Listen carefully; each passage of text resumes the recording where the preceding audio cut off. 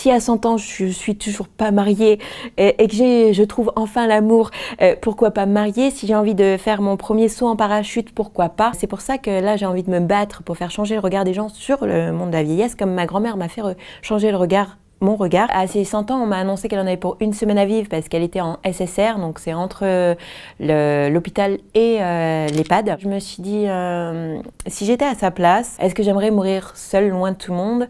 Et comme je me suis dit non, je me suis dit je vais aller chercher. Quand je suis arrivée pour la prendre avec moi, elle m'a regardée de haut en bas et puis elle m'a dit c'est la vieille moche qui vient me chercher. Il faut se rappeler qu'elle est née en 1917 en Italie et qu'à l'époque, les femmes n'avaient pas le droit de vote, n'avaient pas le droit non plus de s'occuper du budget, donc de l'argent, parce que c'était soit le père, soit le mari, soit le frère. Pour elle, la vision de la femme, c'était qu'il fallait absolument qu'elle soit mariée, dès son plus jeune âge d'ailleurs, puisqu'elle a essayé de me marier à mes 15 ans et 3 mois au petit-fils de sa meilleure amie. Et du coup, comme j'ai refusé le mariage, elle m'a fermé la porte pendant plusieurs années. Donc on était vraiment à l'opposé l'une de l'autre, et du coup, en lien affectif, on n'en avait pas trop, et voilà comment était ma grand-mère avant que j'aille la chercher.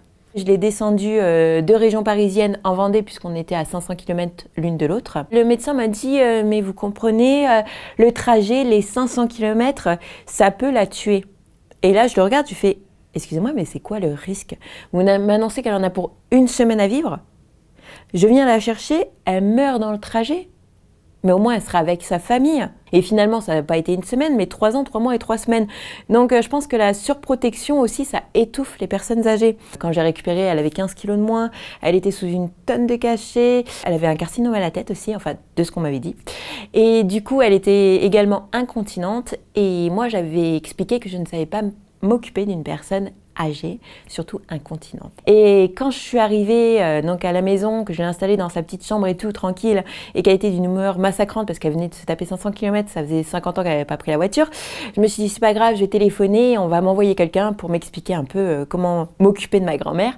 Et quand je téléphone et que je tombe sur une dame, elle me dit oui, pas de souci, je lance un plan d'urgence, dans 3 semaines, vous aurez quelqu'un. Et là, je panique légèrement en ayant un petit rire nerveux et la dame me dit « J'ai dit quelque chose de drôle ?» Je dis « Je sais pas, c'était pas de l'humour parce que moi, ma grand-mère, il va falloir que je la change. » Et j'avais précisé « Je ne sais pas changer une couche d'une personne âgée. » Et là, la dame me fait « Ce n'est pas une couche qu'on dit, mais c'est une protection. » Et je lui dis, couche ou protection, de toute façon, ça revient au même. Je ne sais pas du tout changer ma grand-mère. Et la dame me fait, mais quand on ne sait pas, on ne fait pas, fallait la laisser là où elle était. Et donc, du coup, j'ai raccroché un peu énervée et je suis allée m'occuper de ma grand-mère et j'ai appris petit à petit les gestes à avoir, comment lui changer sa première protection. Et c'est là que j'ai eu un peu un déclic. Elle allait de mieux en mieux. Je l'avais remis sur son déambulateur, donc elle remarchait. Elle avait repris ses 15 kilos puisque je lui donnais du chocolat, etc. Elle avait presque plus de cachets. Et je me suis dit, mais en fait, ça fait 6 mois qu'on attend bêtement la fin. Et là, je me suis dit, non, il doit y avoir une autre alternative. Et je vais proposer à ma grand-mère de partir en camping-car, faire un tour du monde pour découvrir tous les horizons. Et là, ma grand-mère m'a rappelé qu'elle était née en 1917 puisqu'elle m'a dit « Ma, c'est quoi un camping-car ?» Je lui ai expliqué que c'était une petite maison roulante, mais qui pouvait l'emmener où elle voulait. Et elle avait toujours parlé d'aller sur la Côte d'Azur, donc c'était peut-être le moment d'y aller.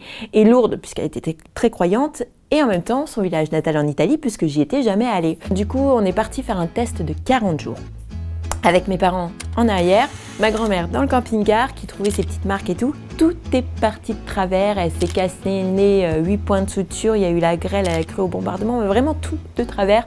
Et malgré ça, au bout des 40 jours, quand elle est revenue, elle m'a dit le matin au réveil « Maman, ça y est, je suis assez reposée, c'est quand qu'on repart ?» Et là, ça m'a vraiment ouvert les yeux sur le monde de la vieillesse et je me suis dit on peut faire énormément. Et du coup, on est reparti de janvier 2019 jusqu'à fin juin 2020.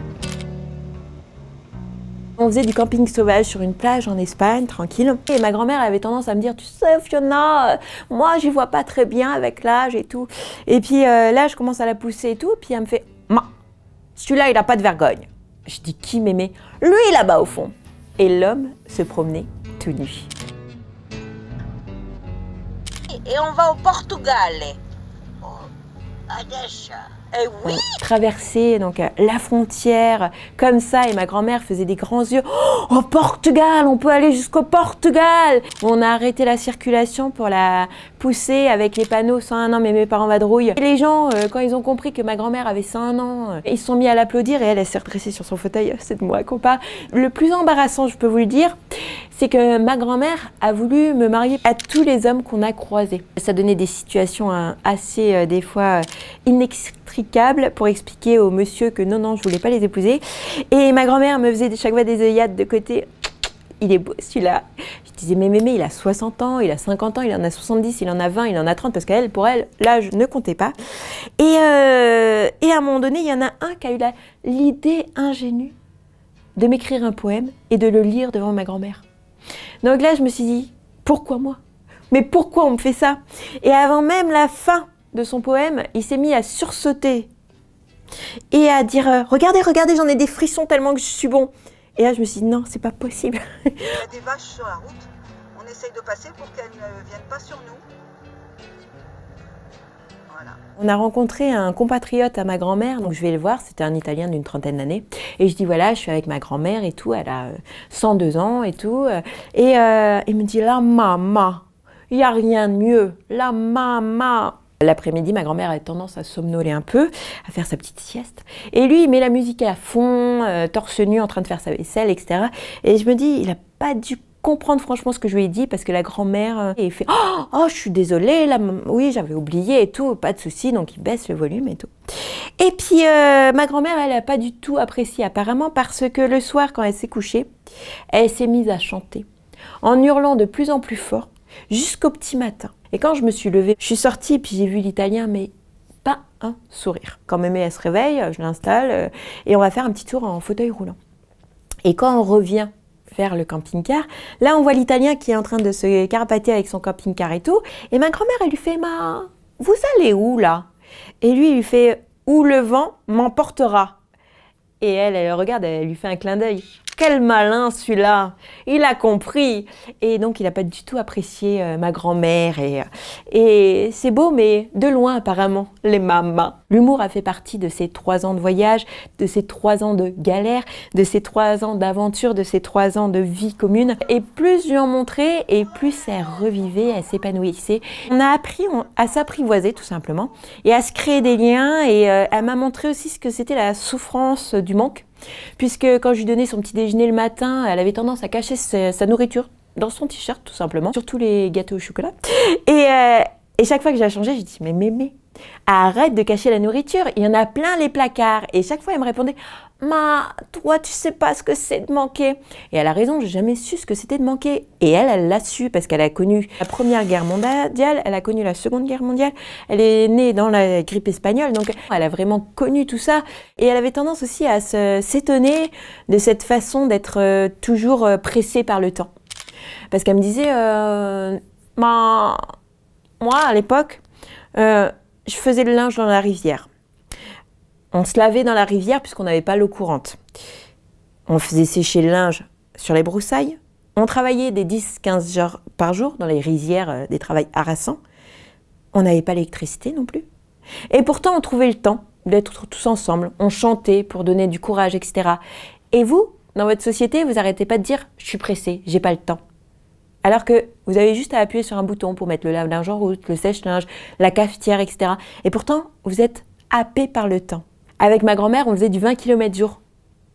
Donc on prenait le temps de discuter avec les gens, de voir le paysage, de s'émerveiller d'un rien, etc. Et c'est vrai que ça m'a appris aussi à ralentir la cadence. Donc ce rapport intergénérationnel est super important parce que ça nous permet de voir une autre façon de vivre et de se poser les questions. Est-ce qu'on est plus intelligent, plus avancé, parce qu'on a plus de technologie? Ou est-ce que finalement ils avaient la meilleure solution? Ou est-ce qu'on devrait faire un patchwork des deux? Et c'est comme pour la vieillesse, ça m'a permis d'ouvrir les yeux sur ce monde qui m'était inconnu, parce que pour moi, être vieux, c'était pas top.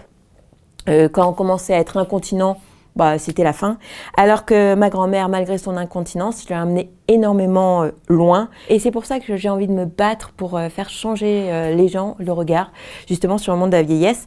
Et que j'ai encore entraîné mes parents dans ce combat qui va durer 1 an en allant dans tous les départements de France. C'est pour expliquer aux personnes âgées, justement, de ne pas avoir peur, de croquer la vie jusqu'au bout, de ne pas s'interdire de vivre parce qu'on a 70 ans, ça y est, c'est fini.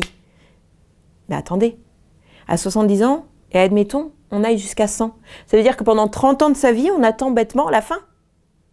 Sans rien faire parce qu'à 70 ans, ça y est, c'est trop vieux. À 70 ans, on peut faire énormément de choses encore. Et aux jeunes, d'expliquer justement que ce rapport intergénérationnel nous apporte énormément et qu'il ne faut pas passer à côté.